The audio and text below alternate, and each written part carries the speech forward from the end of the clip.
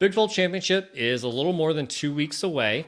Oh OU boy. still has a path to Arlington, but they're going to need some help. Obviously, OU lost their 2 games, so you can have that conversation around, well, OU should have won those games. It is what it Yep. is. It's fun to talk about, though, the different scenarios that OU could end up playing for Big 12 championship still. And So they got some help a week ago. they did They get had a some big help a week domino ago fall. with Oklahoma State taking a loss there at UCF. Let's take a look at some of the scenarios, though. And I will preface this by saying I don't think I fully understand all the tiebreakers. I'm doing this to the best of our ability here of trying to explain this. I don't think the Big 12 knows what the tiebreakers are as they come out and say, oh, let's clarify. And I think they're kind of making things up. And I think this is probably something that fans of these super conferences probably will come to expect some strange tiebreaker scenarios here in the future. And I bet the Big 10 and the SEC and, well, I guess the Pac 12 won't be around, but the ACC are probably scrambling to figure out, hey, do our tiebreakers look super clear? Because the Big 12 is going through a situation here. So this will probably be something that will happen frequently in these bigger conferences without the divisions that make it super easy there. So let's take a look at some Big 12 title scenarios. To the best of our ability, here's what we think is going to happen if OU is going to have to happen if OU makes it to Arlington. So we'll dive into each of these, and then I've got a few little breakdowns here on each of these, though. First scenario, Preface it, Adam, by saying Oklahoma has to win out. You got to go 2-0 for any of this stuff to happen. Yeah, there may be some weirdo situation where a bunch of teams can tie at 6-3, but let's not even entertain that.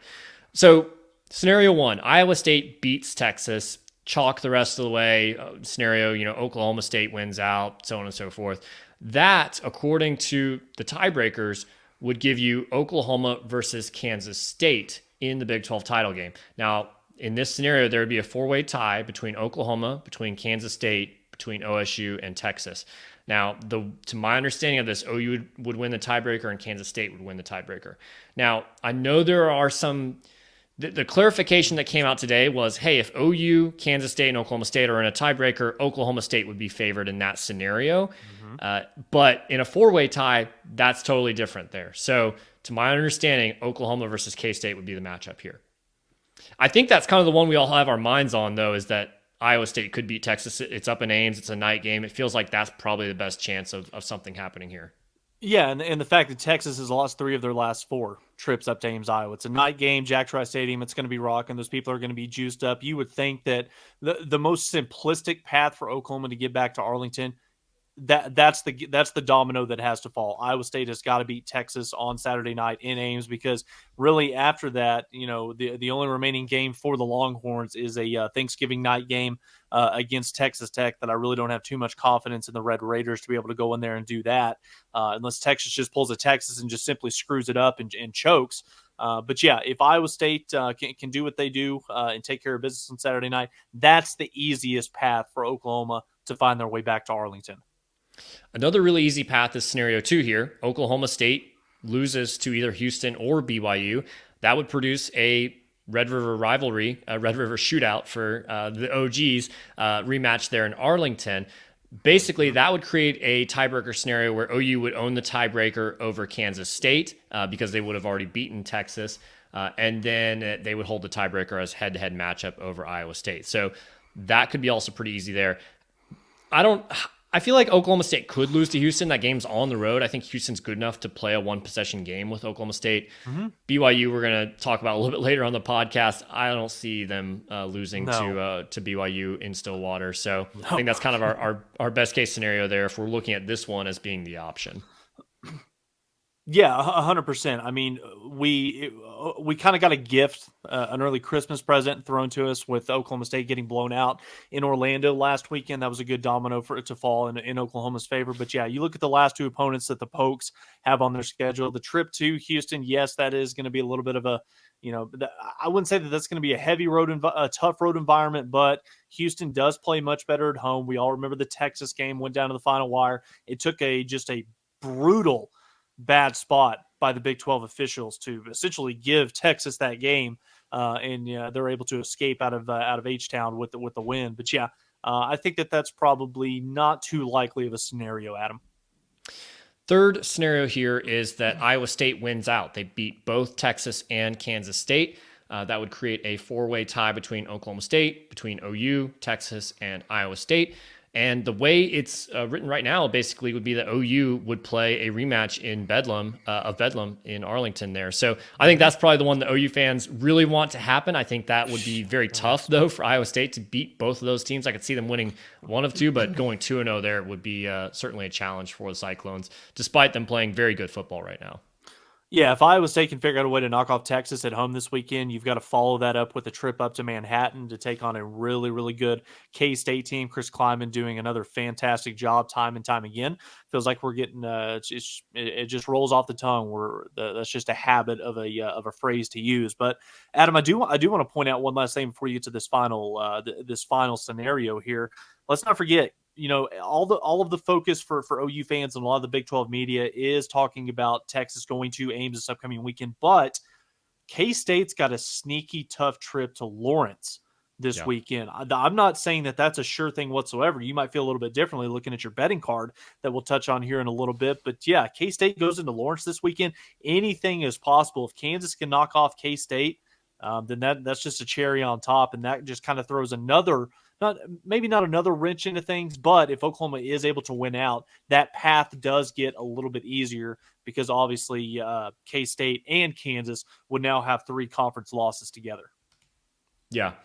And there are some scenarios there where Iowa State wins out, and then it's OU versus Iowa State. That would likely include an Oklahoma State loss. But just for simplicity of things, went with what would be the scenario there if you went chalk. Otherwise, in addition to Iowa State winning out.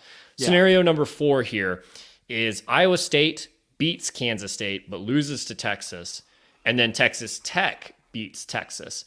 Now, you would think that if Iowa State beats Texas and OU gets in, that it would also be the same if Texas Tech beats Texas, then OU would be in. That's not necessarily the case. OU would lose tiebreakers in that scenario. So in order for OU to get in with a Texas Tech win over Texas, then you would also need Iowa State to beat Kansas State and knock them out of the tiebreaker scenarios there. That would produce a rematch again of the Red River Shootout in Arlington. So OU versus Texas is probably the most likely scenario if OU does indeed get their way through all these tiebreakers and navigate everything and get back. So it looks like Texas would be the most likely there, but that would of course involve 2 different teams making upsets there against Texas and Kansas State. Yeah, 2 road underdogs having to win to force that scenario. Yeah, that's probably the most unlikely of the 4 options that we discussed. Adam, put all your cards on the table right here. What would be the matchup if Oklahoma does find their way to Arlington? Who's the team that you want to see on the other sideline?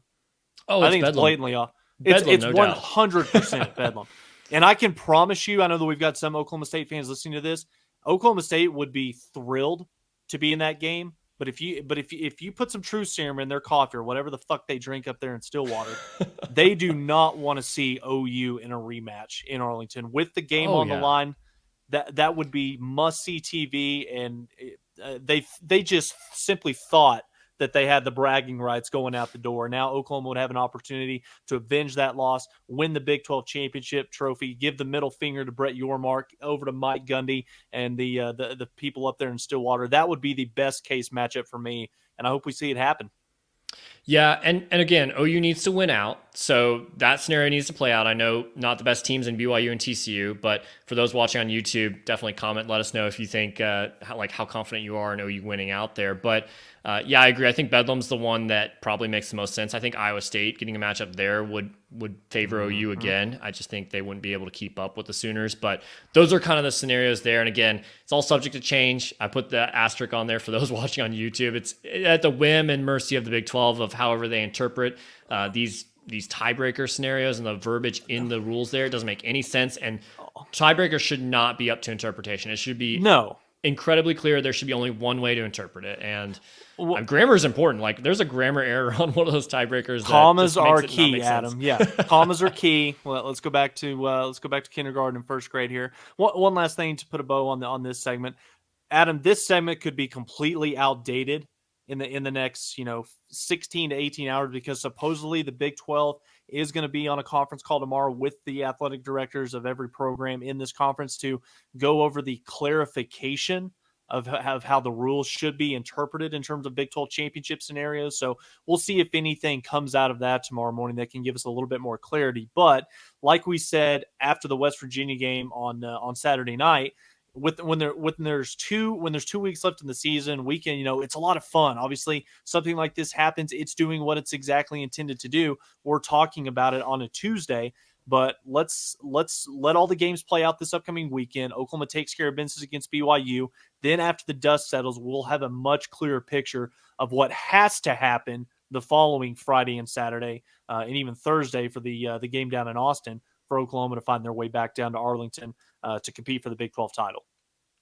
Last time that OU played Texas in the Big 12 title in 2018, OU broke out the alternate uniforms. They may have done that. I don't know if they did that the following year against Baylor, but some new threads potentially that OU could utilize in that scenario. The anthracites, we saw those on Saturday against West Virginia. They look good. I think they need a little bit of tweaking. They're a little bit too shiny, a little too hard to read the numbers still, but I like the anthracites with the crimson. I think it's a good look. It just needs a little bit of an upgrade, and I think it'll be almost perfect. But do you think OU might break those out again if they make the Big 12 title game? I don't think so. I wouldn't think so. If it's OU Texas, if it's OU Bedlam, or if it's K-State, just simply go with the traditional home or away. In my opinion, I'm not a huge fan of alternate uniforms. I think that when you're at a program like Oklahoma, you're a blue blood. There's so much tradition and pageantry behind your program. You've got one of the best home and away uniform combinations in the entire sport. Stick with what's good. Stick with what you know. Keep those road whites and the crimson homes. So the way I'm interpreting this is OU should wear the traditional uniforms, the recognizable brand, and I'm thinking the fans should probably do the same. I got a shameless plug for Red and West, our sponsor here at the Mainline Podcast. They've got some cool retro gear. They've got a lot of Barry Switzer polos. They've got some of those disco OU logo polos. They've got some of the great visors as well. So definitely check out redandwest.com. Some great gifts this time of year too. If you got other fans in your family, OSU, Texas Tech, SMU, so on and so forth. They got a lot of teams out there. Check them out at redandwest.com, and we greatly appreciate them sponsoring the show.